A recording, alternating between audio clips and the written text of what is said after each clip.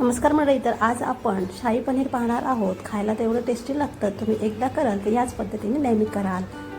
इथे पाव किलो पनीर घेतलेलं आहे। आपल्याला हवे त्या आकाराचे पीसेस करून घ्यायचे आहेत। या पद्धतीने बघू शकता तुम्ही। इथे एका तव्यामध्ये आपण पनीर गोल्डन ब्राऊन होईपर्यंत भाजून घ्यायचे आहे। नंतर इथे काजू 7 ते 8 भिजत घातल्यात गरम पाण्यामध्ये। तर हे भाजून झालेले आहे सर्व पनीर। आता काजू का जरासं पाणी घालून पेस्ट तयार करून घेतलेली आहे। आता एका कढईमध्ये तेल 2 चमचे, खडे मसाले झाल्यानंतर आपण एक वाटण तयार केलेलं आहे। कांदा, टोमॅटो, आलं आणि लसूण, 2 टोमॅटो 3 कांदे। तर इथे कच्चंच वाटण घेतलेलं आहे। आता तेल सुटे पण व्यवस्थित आपण परतून घेऊया। यामध्ये आता पाव चमचा हळद, गरम मसाला अर्धा चमचा पनीर मसाला ॲड करायचा आहे।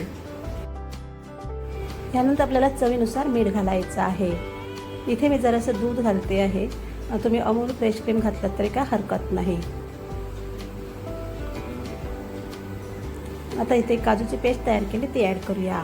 आता इथे मी 1 चमचा तुपामध्ये पनीर फ्राय केलं होतं ते यामध्ये ॲड करूया आणि कसुरी मेथी आणि कोथिंबीर घालून पनीर मसाला तयार आहे, शाही पनीर। तर यामध्ये आता बटर घातलेलं आहे।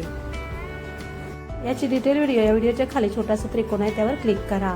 तर आता आपण भेटूया अशाच एका नवीन व्हिडिओसोबत। धन्यवाद।